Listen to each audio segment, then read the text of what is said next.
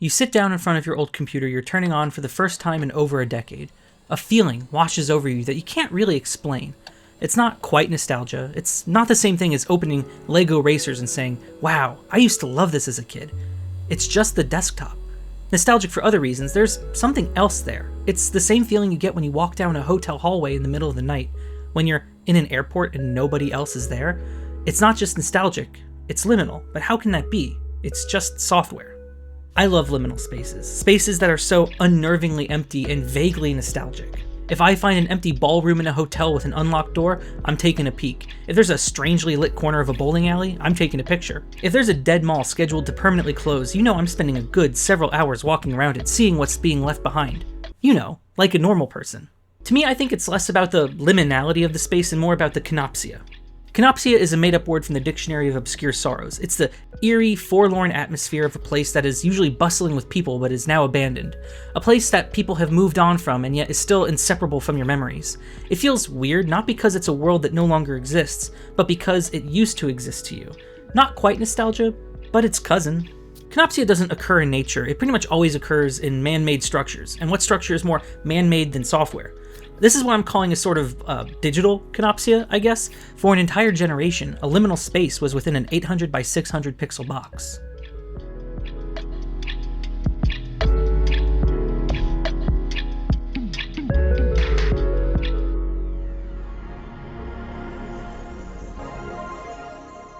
It's no secret that design language and sensibilities have evolved over the years. It seems like we're leaving the flat design era of Windows 8 and 10.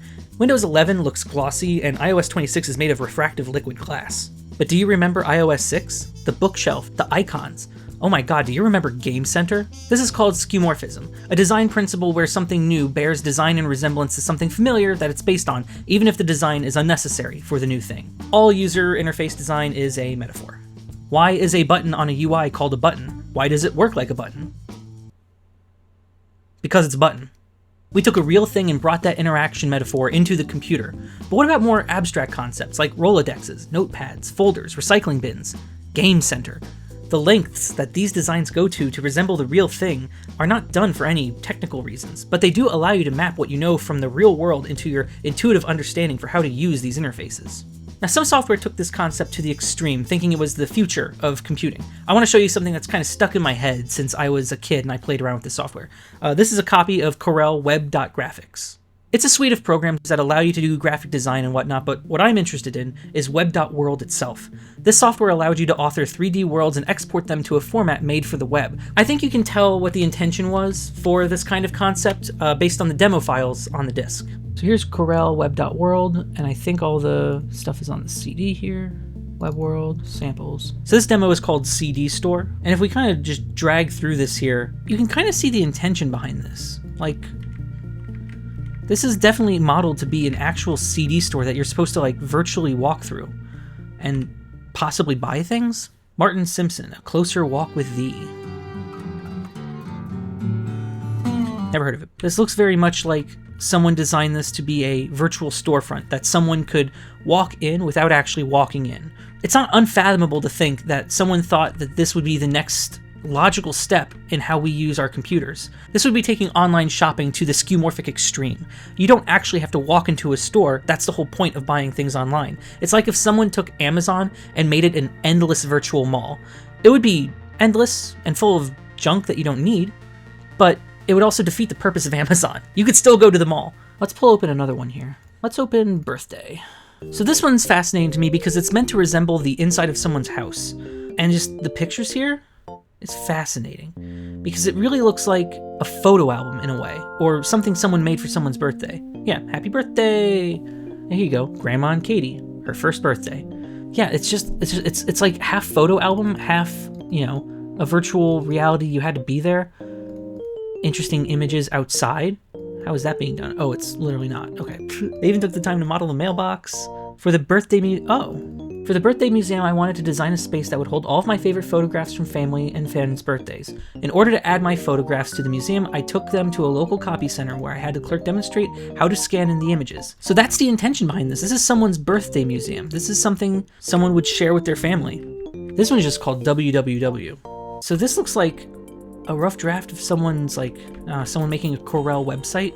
That's a URL you'll never see. Free, fun, fantastic. Imagine if websites were like this. Imagine if the World Wide Web was actually more like a world. Oh my god, web.world. There is one that I just want to show off because this is really the one that sticks in my head. So this is called Psyched. This is a crazy one. I just wanted to show this one off, not for any particular reason, just because this is like my favorite one of them all. And the music slaps too. Oh, it's so good. And it's just this insane... Like, this room just has a strange clown face in it.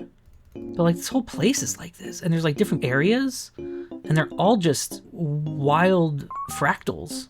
And there's this weird lava flow that goes somewhere. Let's go see where that goes. I don't know what the intention was behind this. Like, what do you do with this? This is insane. This is like a stress test almost. Skeuomorphism was very popular in the 90s, 2000s, and even a bit of the 2010s if you want to count Frutiger Arrow. This design philosophy accidentally created the perfect liminal space. Because they use design metaphors like folders, filing cabinets, trash cans, they inherently suggest a place that should be occupied. They mimic the physical world so intentionally. It's clearly made by humans, for humans, but it's void of humanity until you go and do something to put your humanity into it.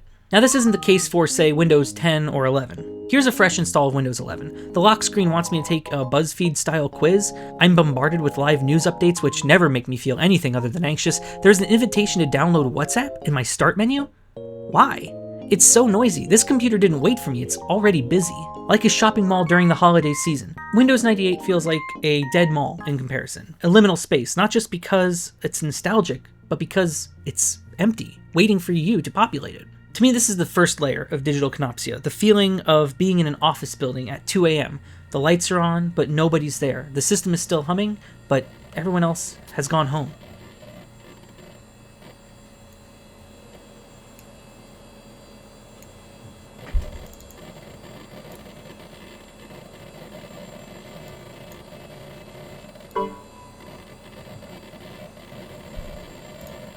Thinking about the skeuomorphism and emptiness of this software gives us the tools to go a layer deeper and challenge the notion of it's just nostalgia for a topic of retro computing that we can't really avoid anymore. Games. Now be warned, I've cherry-picked some games from my childhood that I think demonstrate the point that I'm trying to make here. Obviously there are games from this era that don't demonstrate these points, but it's my YouTube video. I can commit a logical fallacy if I want to. There's something about point-and-click games from my childhood that have just stuck with me, and it wasn't until recently that I figured out what it was. The interactivity of these games is immaculate. They're masterpieces of engagement, and yet somehow it all contributes to these eerie feelings I have about them. Here's one such game. We're gonna jumpstart second grade.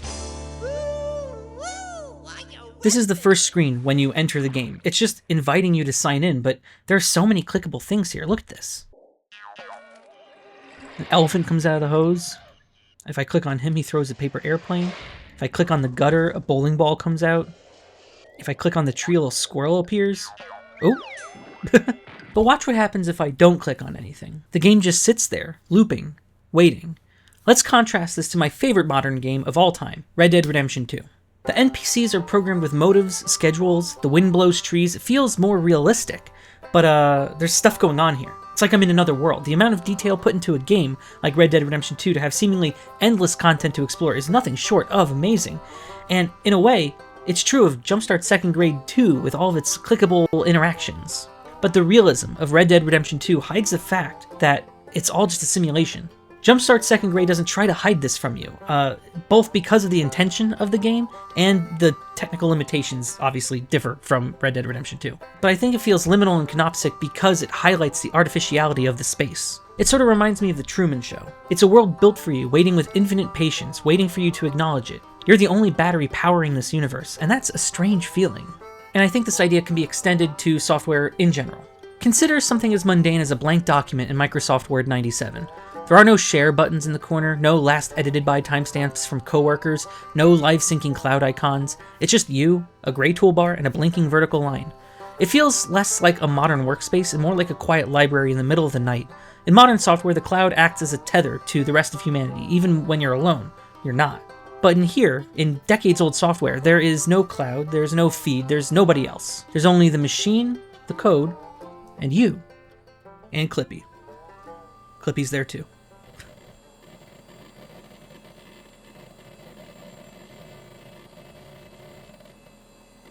Okay, we've been circling the drain on why software of the past feels so Kenopsic. Why do I feel the same way looking at Windows 98 the way I do looking at an empty mall?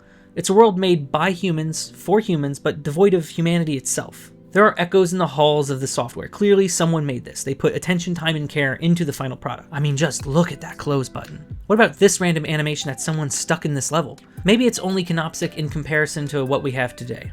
Just sitting at a modern computer, doing nothing, even as it waits for you to do something, it feels different. And I think that only comes from comparison to what we had, a sort of lost innocence. Computers aren't trying to be something they aren't anymore. From skeuomorphic design through Fruitiger Arrow to the flat design of today to the glossy designs of the future, we don't need the green felt anymore. But looking back from today, it's an uncanny representation of what reality actually looked like, and in some cases, what we needed computers to look like in order for us to feel comfortable. It was impossible to make this comparison at the time, obviously. You can only make it looking back. But unavoidably, I do think there is nostalgia baked in here. I don't feel this way about this iMac I found in the trash because I never got to use one. But I imagine for a lot of you, the interface of Mac OS 9 or maybe even earlier versions do for you what Windows 98 does for me. I would argue there is less of a Kenopsic gap between, say, Leopard and Tahoe than there is between Vista and 11, but you get the idea. And at some point, it's difficult to hold any sort of credibility when you're talking about this sort of thing and making up words like Kenopsic gap, just to try to articulate my point, which I guess with most of my videos there isn't much of one. And I don't want the takeaway here to be, oh, it used to be better, because by most measures, I don't think that's true. But it's by the measures that it is true that leave us feeling nostalgic. And those measures are different for everyone. It evokes that specific nostalgia because it reminds us of a time when the digital world felt like a small, quiet place where someone built a playground just for us and then quietly left the room, leaving the lights on.